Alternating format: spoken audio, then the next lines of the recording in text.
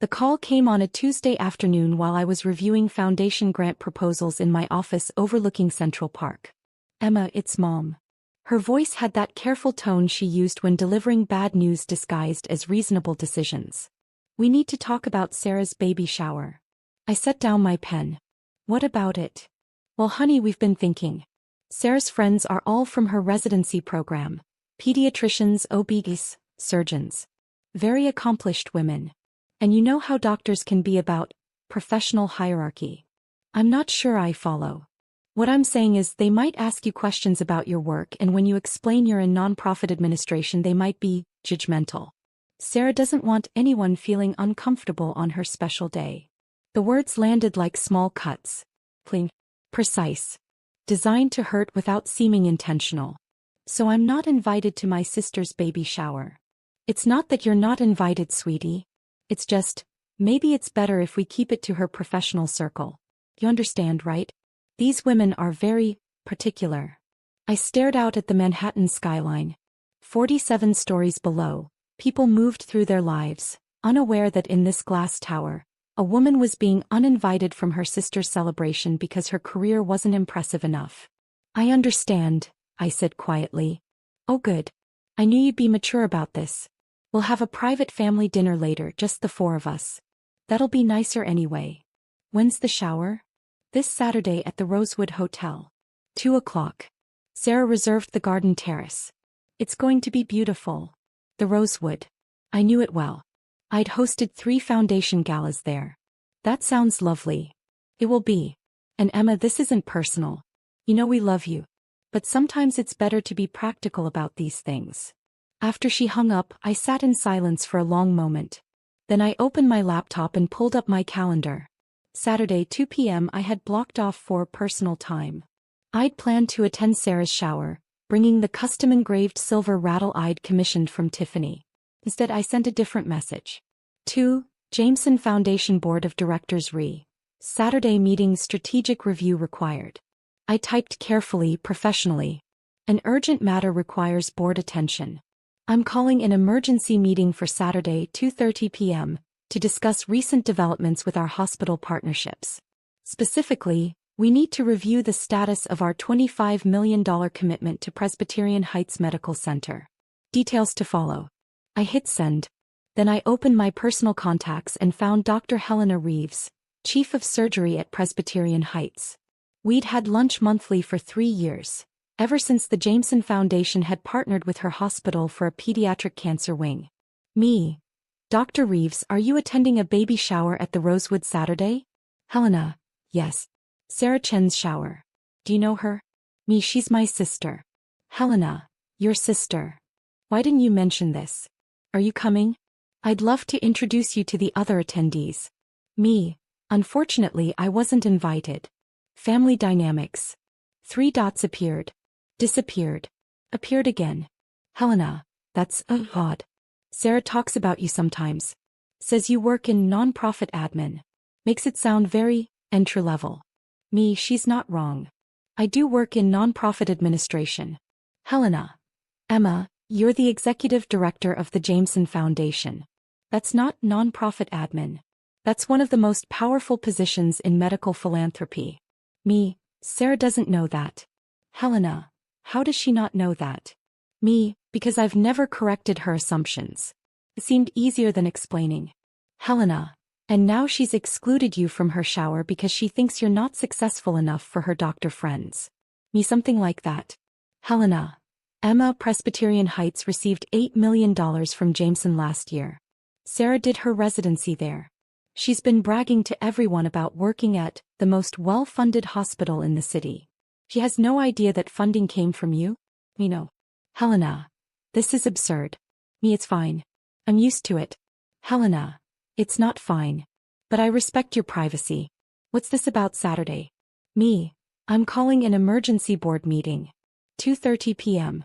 We need to review our hospital partnerships. Helena. All of them? Me. Particularly Presbyterian Heights. There was a long pause. Helena. Emma, the pediatric wing opens in 3 months. We've already spent $17 million of the committed $25 million. If you pull funding now. Me. I'm not pulling anything. I'm reviewing. But the board needs to discuss whether our partnerships align with our foundation's values. Specifically, whether we're supporting institutions whose staff demonstrate the kind of character we want to promote. Helena, this is about Sarah. Me, this is about institutional values. Helena, Emma, me. Helena, I've given Presbyterian Heights $25 million over 3 years. I've attended every fundraiser. I've personally recruited donors. And my sister, who works at your hospital, has decided I'm not accomplished enough to attend her baby shower. That's her choice. But it's also my choice to ensure foundation resources support environments that value all contributions, not just the ones that come with MD credentials. Helena, point taken. But you should know, if the board questions our partnership Saturday, word will get out. Sarah's shower will be full of Presbyterian Heights staff. They'll hear about it. Me, I'm aware. Helena, and you're okay with that? Me, I'm okay with the truth being visible. I sent the message and leaned back in my chair. Imogen. That's what my family called me. My legal name.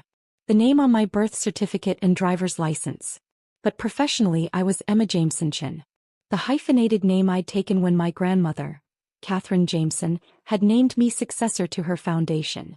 Grandmother Catherine had built Jameson Medical Foundation from nothing.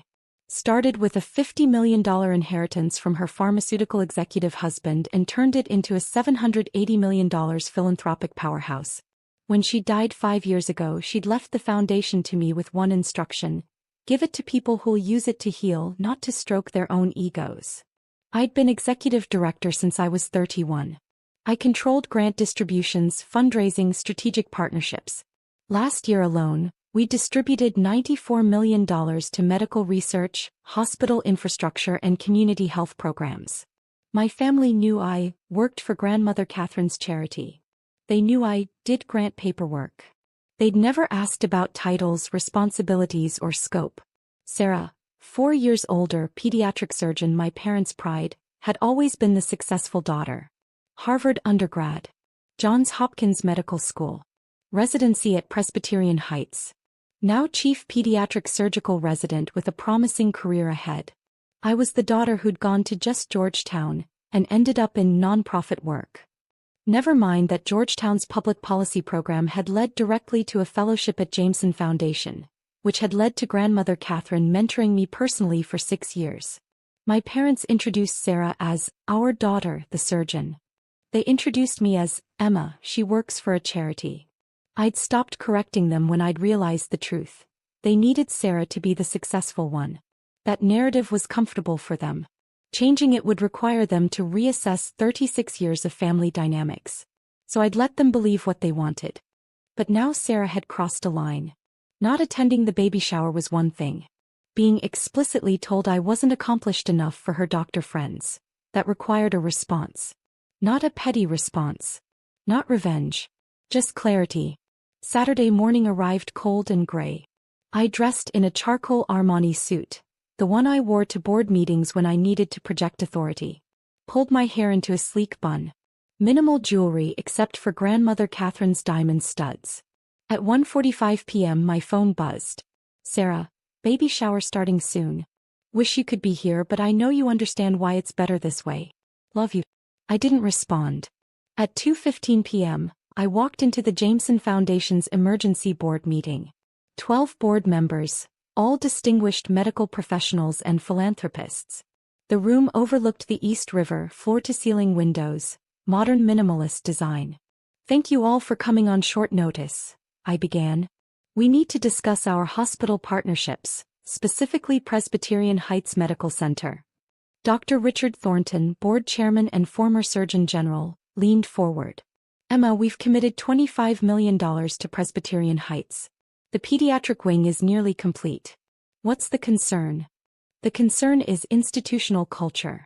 We've invested significant resources in Presbyterian Heights based on their commitment to inclusive, patient-centered care.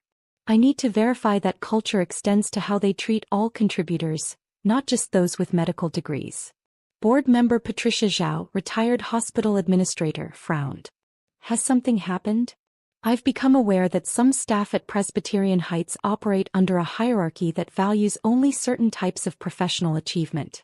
They've demonstrated a pattern of dismissing non-medical professionals as less valuable. That's concerning, Richard said. Do you have specific examples? I do. But I'd like to table detailed discussion until we can hear from Presbyterian Heights leadership directly. I've invited Dr. Helena Reeves, their chief of surgery, to join us at 2:45. She's coming here? During Sarah Chen's baby shower. Patricia's eyes widened. Emma, isn't Sarah your sister? Yes. Understanding rippled through the room. Richard cleared his throat. Emma, are you conflating personal family matters with foundation business? I'm ensuring that foundation resources support institutions whose values align with our mission. If Presbyterian Heights staff believe that only physicians contribute meaningfully to medical care, if they actively exclude and diminish other professionals, then we need to reconsider whether they're the right partner for a foundation built on inclusive excellence. The room fell silent. At 2:47 p.m., my assistant showed Dr. Helena Reeves into the conference room. She looked stressed, still in her dress from the shower, clearly having left early. Dr. Reeves, thank you for coming, I said formally. The board has questions about institutional culture at Presbyterian Heights. Helena sat, glancing at me with an expression that said, I can't believe you're actually doing this. Richard spoke first. Dr. Reeves, Emma has raised concerns about how Presbyterian Heights values non-medical professionals. Can you speak to your institution's culture? Helena took a breath. Presbyterian Heights has always prided itself on collaborative, interdisciplinary care. We employ and respect a wide range of professionals: nurses, administrators, social workers, researchers. Our mission statement explicitly values all contributions to patient care. And in practice? Patricia asked. In practice, we're human. Sometimes medical staff can be hierarchical. It's an industry-wide problem. Physicians sometimes fail to recognize that healing happens through many hands, not just surgical ones. Has the foundation ever expressed concerns about this before? Richard asked. No. Emma has been nothing but supportive. She's attended every fundraiser, recruited major donors, championed our pediatric cancer wing personally. So why are we discussing this now? Helena hesitated, looking at me. I nodded. Because, Helena said carefully, I attended a baby shower this afternoon for Dr. Sarah Chen, one of our surgical residents. During the shower, Sarah's mother mentioned that Sarah's sister couldn't attend because she works in nonprofit admin and wouldn't fit in with all the accomplished women here. Patricia's jaw tightened. And Sarah's sister is? Me, I said quietly. Sarah's my sister. She excluded me from her baby shower because she believes I'm not successful enough to socialize with her doctor friends. The room erupted. That's unconscionable. She doesn't know who you are? How is that possible? I raised a hand. Sarah knows I work for the Jameson Foundation. She's never asked about my role. She assumes I process grant applications or file paperwork. I've never corrected her. Why not? Richard demanded. Because my family needed me to be less successful than Sarah. That was my assigned role. Correcting them would have disrupted their entire family narrative. So you funded her hospital instead? Patricia's voice was sharp. I funded a hospital that does excellent work. The fact that Sarah works there is coincidental. But her attitude, the dismissiveness toward non-medical professionals, the assumption that only physicians contribute meaningfully, that represents a cultural problem we should consider. Helena spoke up. If I may, this afternoon at the shower, several attendees made comments about lesser professions and people who couldn't cut it in medical school. The attitude Emma describes is real. It exists in our institution. And you're the chief of surgery, Richard said. What are you doing about it? Honestly, not enough. I've focused on clinical excellence and assumed cultural issues would sort themselves out. Today made me realize they won't. Richard looked at me. Emma, what do you want? I want Presbyterian Heights to demonstrate that they value all contributions to healthcare, not just those made by physicians. I want institutional leadership to address the hierarchical culture that allows staff to dismiss and diminish other professionals. And I want to ensure that foundation resources support environments where excellence is recognized in all its forms. And if Presbyterian Heights doesn't meet those standards, then we complete our current commitments and redirect future funding to institutions that do. Helena's face went pale.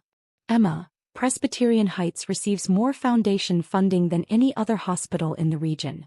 If you redirect that, then perhaps Presbyterian Heights should ensure its culture reflects the values that attracted that funding in the first place. Richard looked around the table. Board members' thoughts. The discussion lasted 40 minutes. Every board member agreed. Institutional culture mattered. If Presbyterian Heights demonstrated systemic dismissiveness toward non-medical professionals, that conflicted with foundation values. Finally, Richard said, Dr. Reeves, the board's decision is this. We'll continue current commitments, but all future funding is contingent on Presbyterian Heights implementing measurable cultural change. We want quarterly reports on initiatives to address professional hierarchy. We want staff training on interdisciplinary respect. And we want visible leadership commitment to valuing all contributions to patient care. I understand, Helena said quietly. You have 90 days to present an action plan. Until then, all new grant applications are frozen. After Helena left, the board members lingered. Patricia approached me. Emma, that took courage. It took reaching a breaking point. Your sister has no idea what she's cost her hospital, does she? Not yet. She will soon. Word travels fast in medical circles. I nodded. I know. At 4:17 p.m. while I was still in the board meeting aftermath, my phone started buzzing. Sarah. Emma, what the hell is going on? Dr. Reeves left my shower early for an emergency board meeting with the Jameson Foundation. People are saying the foundation is reviewing Presbyterian Heights funding. I silenced the phone. Emma, Sarah called very upset. She says something's happening with hospital funding. Do you know anything about this? Sarah. Why is the Jameson Foundation suddenly questioning Presbyterian Heights? This is going to reflect badly on all of us residents. Honey, please call us. Sarah's friends are all worried about their jobs. At 5:03 p.m. my phone actually rang. I let it go to voicemail. Her message. Emma, I don't understand what's happening. Dr. Reeves came back from this foundation meeting and immediately called an emergency staff meeting. She said Jameson Foundation is reconsidering partnerships with hospitals that don't value all healthcare professionals. Everyone's panicking. Do you know anything about this? You work there, right? Can you find out what's going on? I deleted the message. At 6:42 p.m. another voicemail from Mom. Emma, this is getting serious. Sarah's colleagues are saying the Jameson Foundation might pull $25 million in funding. That's the pediatric wing Sarah's been working on. Can you ask your boss what's happening? This could ruin Sarah's career before it even starts. I poured a glass of wine and looked out at the city lights. My phone buzzed again. Helena. The hospital administrator just called an emergency leadership meeting for Monday morning. Word got out. Your name came up. Sarah asked if anyone knew Emma Chin from the foundation. I told her to ask you herself. Me and Helena. She said you just do grant paperwork. Someone showed her the foundation website. The executive team page. Your photo and bio. She went completely silent. Me, what does my bio say? Helena. Emma Jameson, Executive Director. Emma leads strategic direction for the Jameson Medical Foundation's $94 million annual distribution budget. Previously served as Director of Strategic Partnerships and completed a fellowship in medical philanthropy at Georgetown University. She holds degrees in public policy and healthcare administration. Under her leadership, the foundation has distributed over $380 million to medical research and hospital infrastructure. Me, comprehensive. Helena. Emma, she had no idea. She literally said, that can't be my sister. My sister works in admin. Me, what did you say? Helena. I said that administration at the executive level means controlling hundreds of millions of dollars in medical funding. That grant paperwork means deciding which hospitals get world-class pediatric wings and which ones don't. That maybe she should have asked you about your actual job instead of assuming. Me, how did she react? Helena. She asked for your phone number. I told her she already had it. At 7:28 p.m. Sarah called again. This time I answered. Emma. Her voice was tight. I need you to tell me something. Okay. Are you Emma Jameson, Executive Director of the Jameson Foundation? Yes. Silence. Long, painful silence. You're the person who controls the $25 million grant to Presbyterian Heights. I'm the person who recommended that grant to the board, yes. The board approved it. And today you called an emergency board meeting to reconsider. To review our hospital partnerships, yes. Because of what? Because I didn't invite you to my baby shower. Because you didn't invite me to your baby shower because you thought I wasn't accomplished enough to socialize with your doctor friends. There's a difference. Emma, that's not, I didn't mean. You meant exactly that, Sarah. Mom called me Tuesday and said your friends are all from your residency program, very accomplished women, and that they might be judgmental about my work in nonprofit administration. She said you didn't want anyone feeling uncomfortable on your special day. I was trying to protect you. From what? From successful women who might ask me questions about my work?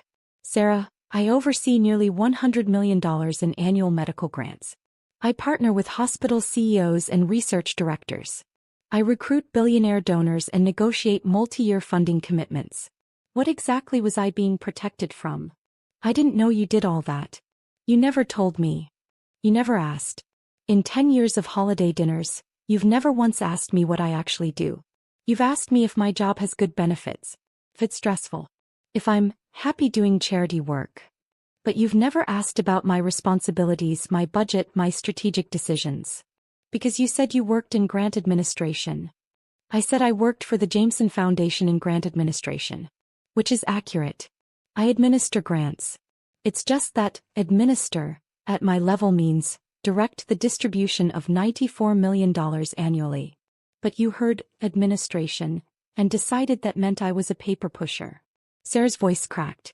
So you're punishing my hospital because I made assumptions about your job? I'm not punishing anyone. I'm ensuring that foundation resources support institutions whose culture aligns with our values. Presbyterian Heights has a problem with professional hierarchy. Staff there, including you, operate under the assumption that only physicians contribute meaningfully to healthcare. That conflicts with our foundation's mission. That's not fair. Isn't it? Sarah, you excluded me from your baby shower because you thought my career was too unimpressive for your doctor friends. You made that decision based entirely on professional hierarchy. You demonstrated exactly the cultural problem I'm concerned about. Emma, if the foundation pulls funding, the pediatric wing won't open. I've been working on that project for a year. It's going to be my specialty focus. Then maybe Presbyterian Heights should demonstrate that they value all the people who make that wing possible. The administrators who coordinate construction. The fundraisers who secure donations. The grant directors who approve funding. The foundation executives who champion the project. Not just the surgeons who'll work there. You're being vindictive. I'm being consistent with foundation values. There's a difference. Emma, please. This will ruin my career. Everyone knows the pediatric wing is funded by Jameson Foundation. If that falls apart, it reflects on all of us residents. Then work with Dr. Reeves to change the culture. Show institutional commitment to valuing all healthcare professionals. Demonstrate that Presbyterian Heights recognizes excellence in all its forms, not just those that come with MD credentials. I can't believe you're doing this. I can't believe you thought so little of my career that you excluded me from your celebration. But here we are. She hung up. Monday morning, I arrived at my office to find 17 missed calls from family members. I ignored them all. At 10:15 a.m., my assistant buzzed. Miss Jameson, there's a Sarah Chin here to see you. She says she's your sister. She doesn't have an appointment. I checked my reflection in the window. Perfect posture. Professional. Composed. Send her up. Sarah walked into my office and stopped dead. Took in the view, the artwork, the mahogany desk, the photos of me with hospital administrators and Nobel laureates. This is your office, she said. Yes. It's huge. Executive director offices tend to be. She walked to the window looking out over Central Park. I had no idea. I know. Emma, I came to apologize. For what specifically? For not inviting you to my baby shower. For making assumptions about your career. For not knowing who you actually are. Those are three separate apologies. Let's take them one at a time. The baby shower, do you understand why that hurt? Sarah nodded, tears forming. Because I excluded you based on professional snobbery. I decided you weren't successful enough to be around my friends. That was cruel. Yes, it was. Next, the assumptions about my career. Do you understand the problem there? I never asked you what you actually did. I heard nonprofit and administration, and assumed it meant entry-level work. I never verified. I never showed interest. And the last one, not knowing who I am? I've been your sister for 36 years and I have no idea what your life actually looks like. What you've accomplished. What you do every day. I've been so focused on my own career that I never bothered to understand yours. Why not? Sarah sat down heavily. Because it was easier to be the successful daughter if you were the less successful one. Because comparing myself favorably to you made me feel better about my own achievements. Because I needed you to be smaller so I could feel bigger. The honesty was startling. Thank you for saying that, I said quietly. It doesn't make it okay. No. But it's a start. Emma, the hospital is in crisis. Dr. Reeves held an all-staff meeting this morning. She explained that Jameson Foundation is reconsidering partnerships with institutions that demonstrate professional hierarchy. She said that one of our own residents had excluded her sister from a celebration specifically because the sister worked in just administration, not knowing that sister controlled the foundation funding our expansion. And how did people react? Horror. Shame. Immediate recognition that we have a culture problem. Dr. Reeves announced mandatory training on interdisciplinary respect. She's forming a committee to review institutional attitudes toward non-medical professionals. She made it very clear. If we don't change, we lose funding. Good. But Emma, I'm the reason this happened. Everyone knows it was my baby shower. I've become the face of everything wrong with our culture. Is that fair? Completely. I demonstrated the exact problem. And now I have to live with the consequences. We sat in silence. Finally, Sarah said, what do I need to do to fix this? Personally or professionally? Both. Personally, you need to actually get to know me. Not as the less successful sister, but as an actual person with an actual career. That means asking questions. Showing interest.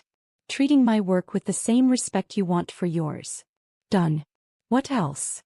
You need to sit with the discomfort of realizing you were wrong about me. Not rush past it. Not make it go away quickly. Actually feel it. I'm feeling it. Good. Professionally, you need to be the loudest voice in changing Presbyterian Heights culture. Use your status as chief resident. Make it clear that professional hierarchy is unacceptable. Lead the change. I will. And Sarah, you need to understand something. I didn't pull funding out of petty revenge. I pulled it because you demonstrated a fundamental misalignment between your institution's stated values and its actual culture. If Presbyterian Heights is going to receive foundation support, it needs to deserve that support. I understand. Do you? Because this isn't about you and me.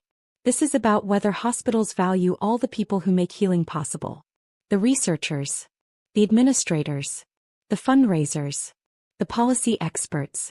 If medical institutions only celebrate physicians, they're missing half the equation. Sarah nodded. You're right. And we've been wrong. I've been wrong. Yes. You have. Can I ask you something? Go ahead. Why didn't you ever correct us? Why didn't you make us see you? I thought about that. Because fighting for recognition is exhausting. Because I was tired of justifying my worth. Because I decided it was easier to build something undeniable than to constantly argue for acknowledgement. And then I made you argue anyway. No. You made me set a boundary. There's a difference. I'm not arguing for acknowledgement anymore, Sarah. I'm requiring it. And if institutions or family members can't provide it, I'm redirecting my energy elsewhere. She walked to my desk. I want to do better. As your sister. I want to actually know you. That takes time. I have time.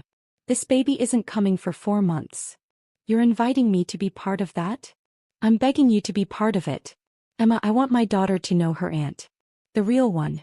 Not the version I invented. I want her to grow up understanding that success comes in many forms. That leadership isn't just about surgical skill. That the woman who funds pediatric wings is just as important as the woman who operates in them. Something in my chest loosened. I'd like that, I said quietly. Can we start over?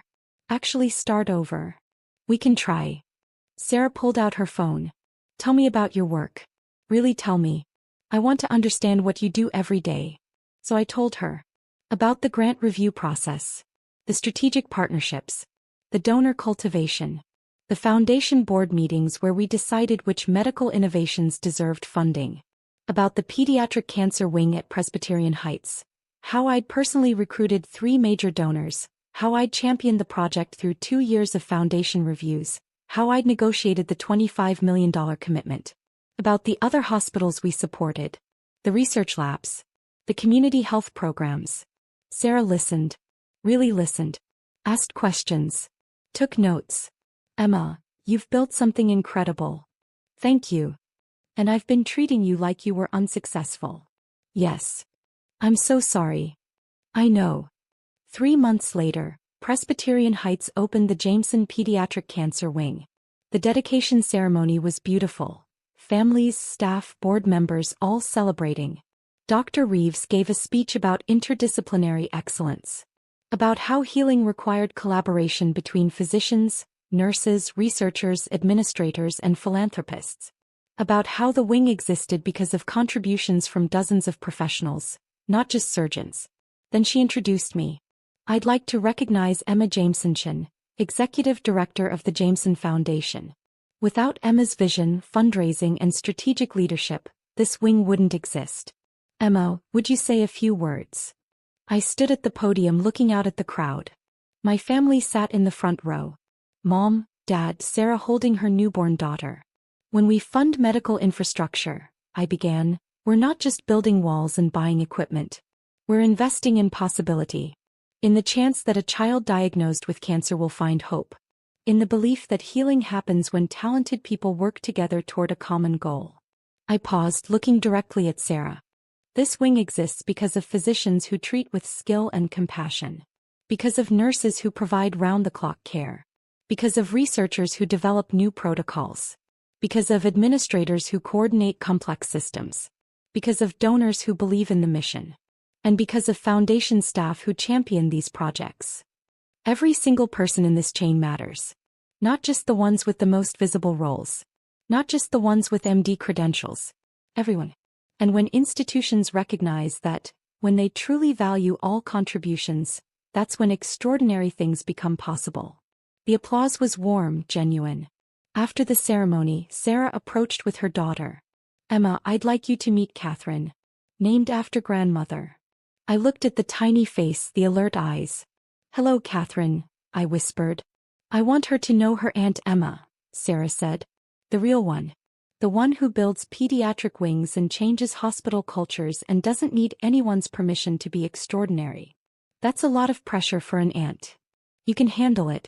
You're executive director of a $780 million foundation. I smiled. When did you memorize that figure? When I started actually paying attention to your career. Emma, I've been telling everyone about you. At the hospital. At family gatherings. Anyone who'll listen. My sister runs the Jameson Foundation. She's one of the most influential people in medical philanthropy. That's generous. It's true. And I should have been saying it for years. Mom approached, dabbing her eyes. Emma, that speech was beautiful. We're so proud of you. Thank you, Mom. I'm sorry we didn't understand earlier. About what you'd accomplished. We should have asked more questions. Yes. You should have. Can we do better? Going forward. We can try. Dad joined us.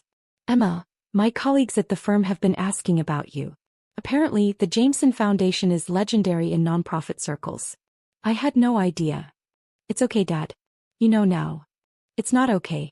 We let you be invisible for too long. That changes now. And it did change. Fully. Imperfectly. But it changed. Family dinners became actual conversations about my work. Holiday gatherings included questions about foundation projects. Sarah called regularly not just for big events but to ask how my week had been. The transformation wasn't instant. Years of dismissal don't disappear overnight. But it was real. And that was enough.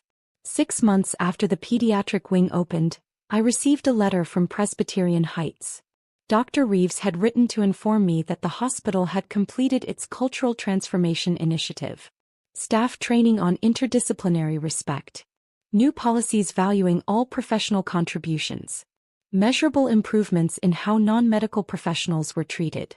The letter concluded, "This change began with a difficult conversation. With your willingness to demand better. We're grateful for your leadership and your refusal to accept a culture that didn't deserve your foundation's support." I called the board meeting. "Presbyterian Heights has done the work," I told them. "They've demonstrated genuine cultural change. I recommend we approve their application for the next phase of funding." Richard smiled. "The research lab expansion?" "Yes. $18 million over 3 years. And you're confident they've earned this?" "I am." The board voted unanimously to approve. After the meeting, Patricia pulled me aside. "Emma, what you did, forcing institutional change by threatening to withdraw funding, that was controversial. Some people thought it was too personal." "It was personal. And it was also right." "I agree. But not everyone would have had the courage to do it." "I didn't need courage, Patricia. I just needed to be tired enough of being diminished." She laughed. "Well, whatever it was, it worked. Presbyterian Heights is a better institution because of you. And your sister is a better person. She's trying. That's what matters." A year after that baby shower I wasn't invited to, Sarah hosted a first birthday party for Catherine. The invitation arrived by mail, formal and beautiful. "You're invited to celebrate Catherine's first birthday. Saturday, 2 p.m., Rosewood Hotel Garden Terrace. We can't wait to celebrate with the people who matter most." At the bottom in Sarah's handwriting, "Emma, please come. It wouldn't be the same without you. Your family. And this time I know exactly who you are." I went to the party. The same doctors were there. The same accomplished women who'd attended the baby shower. This time Sarah introduced me properly. "Everyone, this is my sister Emma. She's the executive director of the Jameson Foundation. She's the reason Presbyterian Heights has world-class facilities. She's one of the most respected people in medical philanthropy. And I'm incredibly proud to be her sister." The doctors looked at me with new recognition. Several approached to thank me for foundation support. To ask about grant opportunities. To treat me like the professional I'd always been. It was gratifying. But it wasn't why I'd come. I'd come because Sarah had asked. Because she'd done the work of seeing me. Because she'd earned the right to celebrate with me. As the party wound down, Sarah found me on the terrace. "Thank you for coming. Thank you for inviting me. Properly this time. Emma, I've been thinking about that baby shower. About what I said. What I believed about you. We've moved past that." "Have we?" "Because I'm not sure I have. I wake up sometimes remembering that I excluded you because I thought you weren't successful enough. It makes me sick." "Sarah, you're allowed to forgive yourself." "Am I? Even though I was so wrong. Especially because you were wrong. You recognized it. You changed. That's what matters. I want Catherine to grow up different from me. I want her to ask questions. To never assume someone's worth based on job titles or degrees. To understand that success has many faces. Then teach her that." "I will. With your help. Emma, will you be part of her life? Really part of it?" "I'd like that." We watched Catherine toddle across the grass, chasing bubbles, laughing. "She's lucky," Sarah said. "To have you as an aunt." "I'm lucky to be included." "You were always included, Emma. I just couldn't see it. But I see you now. And I'm not looking away again."